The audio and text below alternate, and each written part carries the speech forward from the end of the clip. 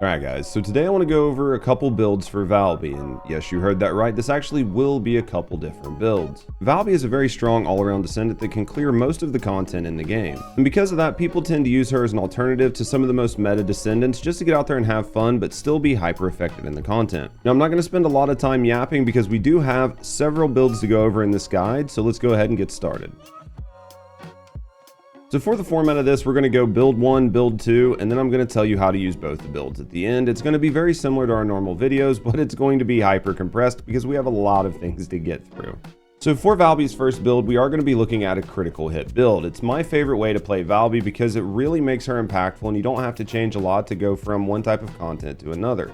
You can take this from doing 400s and go right into purges, and with just a minor tweak you can go in and start killing Colossus and even the Ice Maiden. So this is definitely my favorite build when it comes to using Valby. So for this build we're going to be using the Blue Beetle, and we're using it because it is an amazing stat stick for her and it really helps get her crit rate up. So when it comes to the cores and the rolls on this weapon, it literally doesn't matter what you put on it. The biggest thing is to put sprint speed, just so you have a little bit more movement with Valby when you're running around in your neutral game.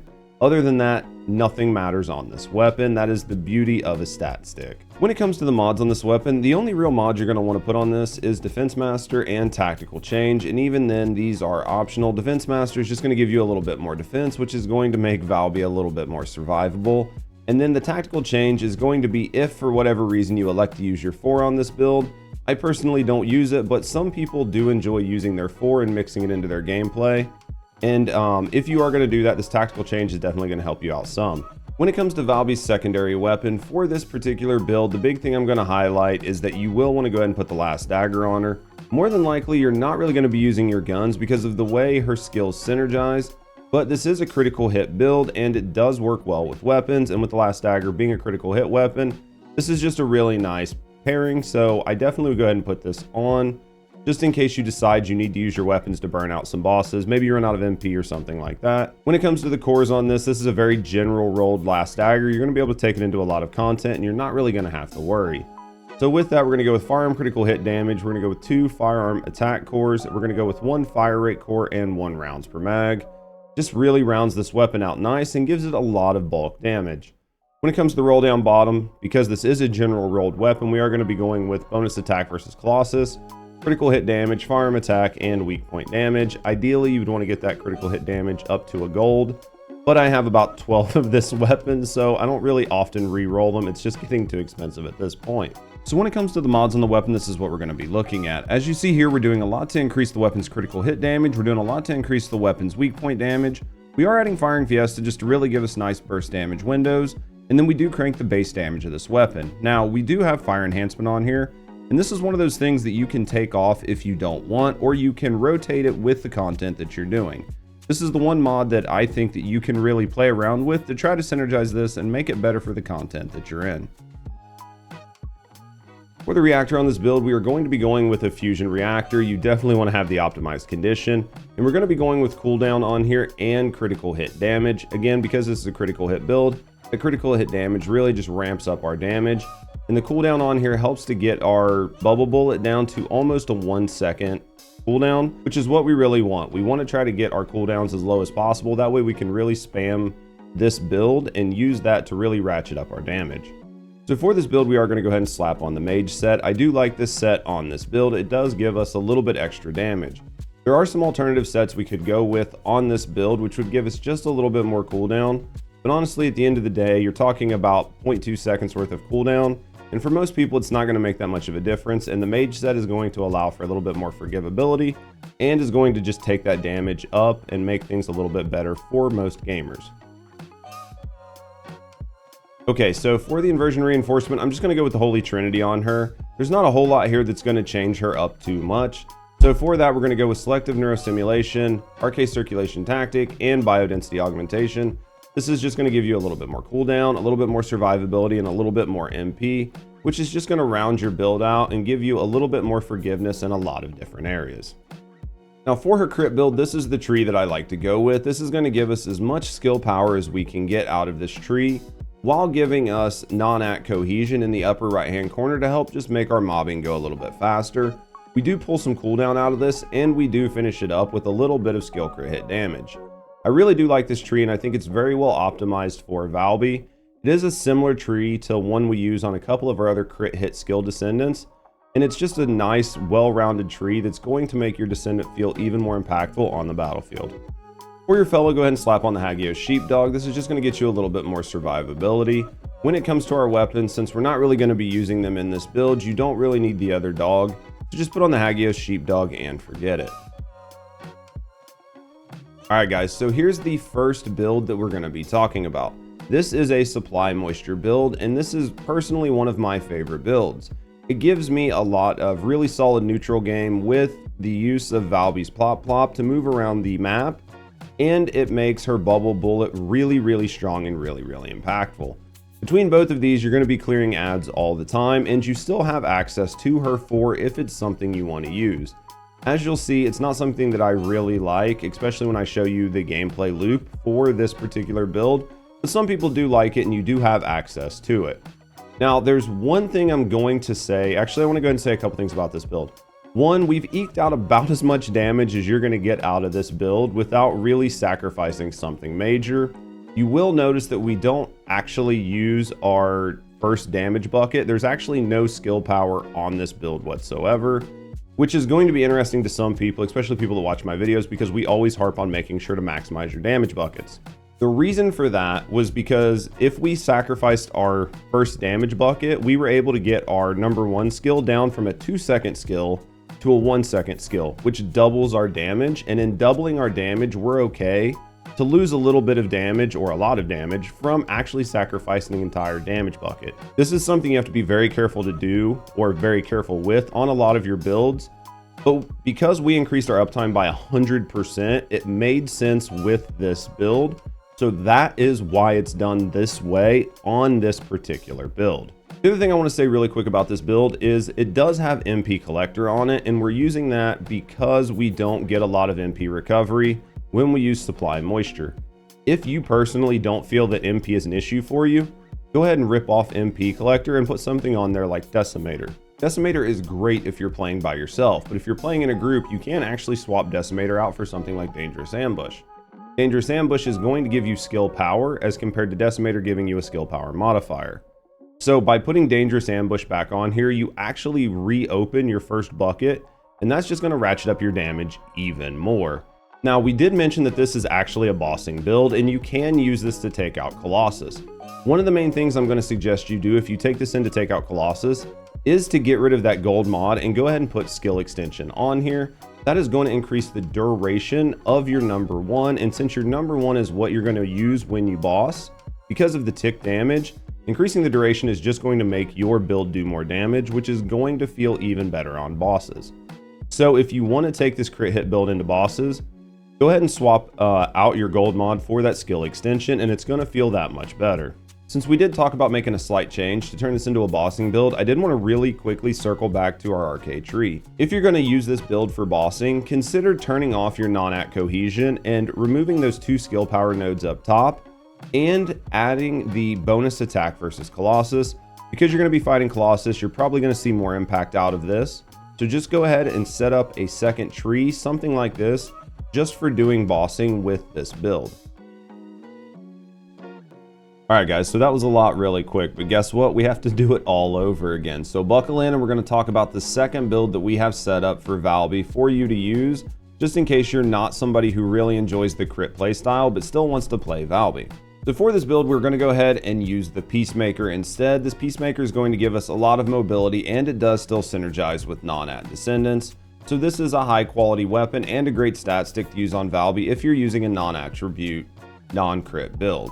When it comes to the cores and the roll on this weapon, remember that it is just a stat stick. Go ahead and slap your sprint speed cores on here just to make sure Valby's moving around really quick, but other than that, it's not going to matter because you're never going to fire this weapon. This is a weapon that does have the ability to get a couple quality of life mods on it, so if you're looking for some quality of life mods just to make her feel a little bit better, you can put Defense Master back on this. There's Colon Special Forces, better weapon weight, and tactical change, just to make your life better and to make it easier for you to swap weapons if you need to swap them out. I'm not going to rehash the last dagger because if you've been watching the guide, then you've already heard my spiel on it. We're going to be using the same last dagger on this build, so just go ahead and bring the last dagger over from the prior build. So for the reactor on this build, you're going to want something a little bit different than what I actually have on this reactor, but you are going to want a fusion reactor and you are going to want to have optimized conditions. When it comes to the roll down bottom, you're going to want skill cooldown for sure. We really want to be able to spam our skills. But as you can see, this is my reactor from the last build, which had skill crit hit damage on it. You will want to replace that, and there are a couple of things you can look at putting there. You can go ahead and put duration there. Duration is never a bad thing to have because it's going to allow your dots longer to work. But in most situations, especially if you're playing with other people, most things are going to die before you're ever going to get any real use out of that duration. So what I would suggest you put there is a fusion boost. That's going to give you a little bit extra damage across the board, and it's just going to make your life feel a little bit better when it comes to taking out those enemies, because you're just going to get more upfront damage. At the end of the day, this is more a playstyle thing, so go ahead and put whatever you want there that synergizes well with your particular playstyle.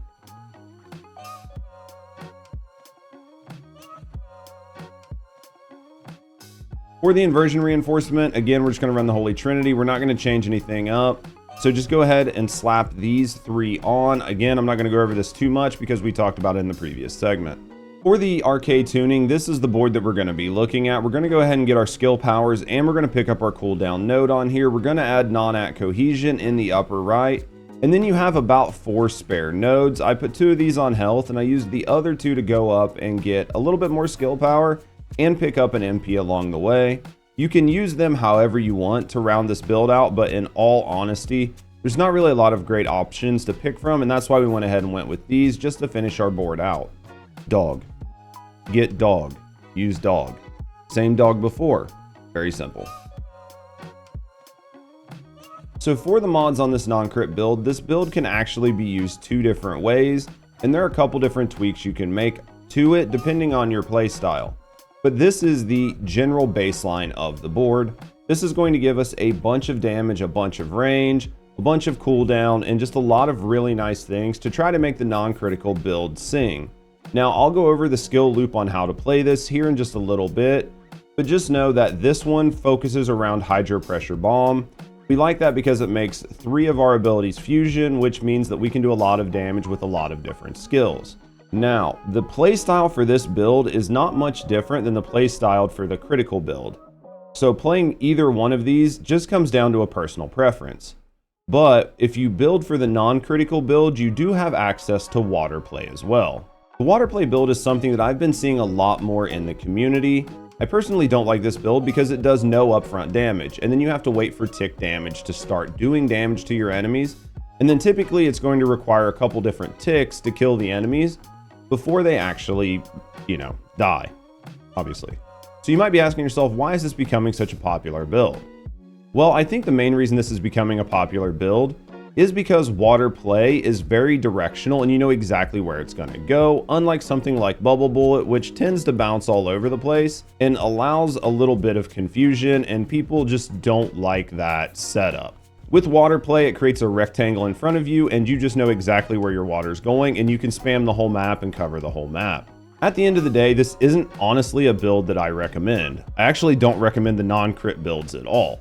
But a lot of people have been asking for them, and a lot of the community has been enjoying a non-crit playstyle, so I felt that I should give you guys the non-crit builds. At the end of the day, play the playstyle you want, but I just wanted to be absolutely transparent that if you decide to build the non-crit build over the crit build, it is not as good of a build, and it will not be able to do as well in some of the higher tier content. Full transparency. Alright guys, so we're going to go over how to play these builds effectively really quick. Most of these builds don't actually require that much to play, which is the benefit of playing Valby. So when I find the pack that I want to go after, I'll go ahead and use her too. I will select the middle of the pack and I will jump through the ground and land in the middle of those enemies. If for whatever reason the enemies are not dead, afterwards I'll start spamming her 1 in the direction of those enemies. The idea is that her bubble bullet will start stacking up dot damage and will take out those enemies really quickly. And that's basically it. You're just going to go from pack to pack using your 2 to enter the pack, and then once you get in the pack, you're just going to flood the area with water. And this is very much just a rinse and repeat. Use your 2 to move around, and then use your 1 to flood the area. If there are no enemies around, then you just go ahead and run or grapple till the next pack.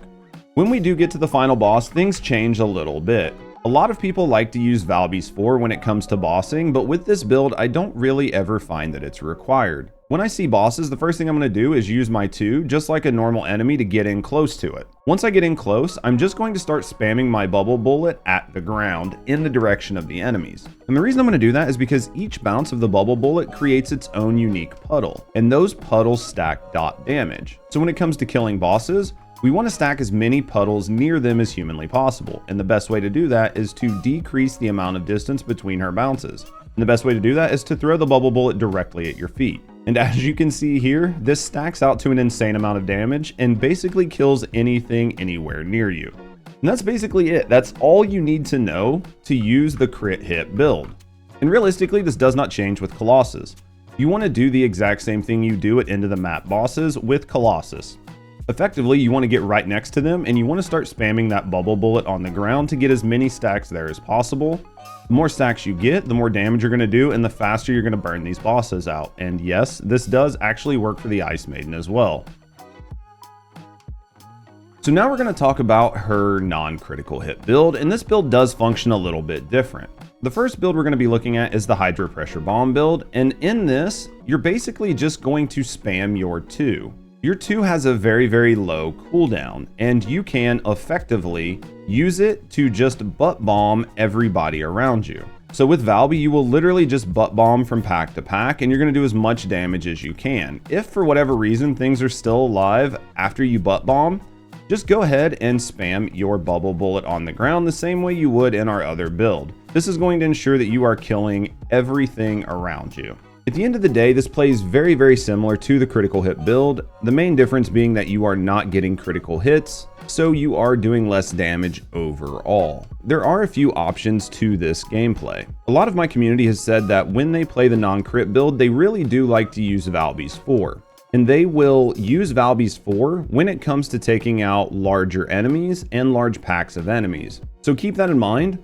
You can utilize your 4 in this build if that's something you want to do. If you see yellow bars or end of map bosses or large packs of enemies, you can always pull out your 4 and just spam it and get your 4 coverage on the map, and then go back to moving from pack to pack with your 2, and then using your 1 to help clean up any straggling enemies. The last build we're going to talk about is Waterplay. Waterplay is by far the slowest of the gameplay loops to me. The main thing you're going to focus on with Waterplay is getting into the area quickly and getting coverage on the ground as fast as possible. So with Waterplay, it is all about getting water on the ground and keeping water on the ground. The good news about Waterplay is it does have really great coverage. You can easily cover entire parts of an arena with very minimal effort. It also ignores terrain, so you can shoot this and not worry about it bending or going someplace that you're not prepared for. To me, the only downside of this is that it does not do upfront damage and you do have to wait for ticks. And if you are playing with other people, there's a good chance that other people will kill the enemies before your tick out happens. So the gameplay loop for this is very similar to the other ones. You are going to use your 2 to enter battle. After you use your 2, if anything is actually left alive, you're going to go ahead and start spamming your 1 to get water on the ground and cover the entire area. Once you have proper water coverage, you can go ahead and use your 2 to move to the next zone or the next pack, and then continue to just cover the area in water.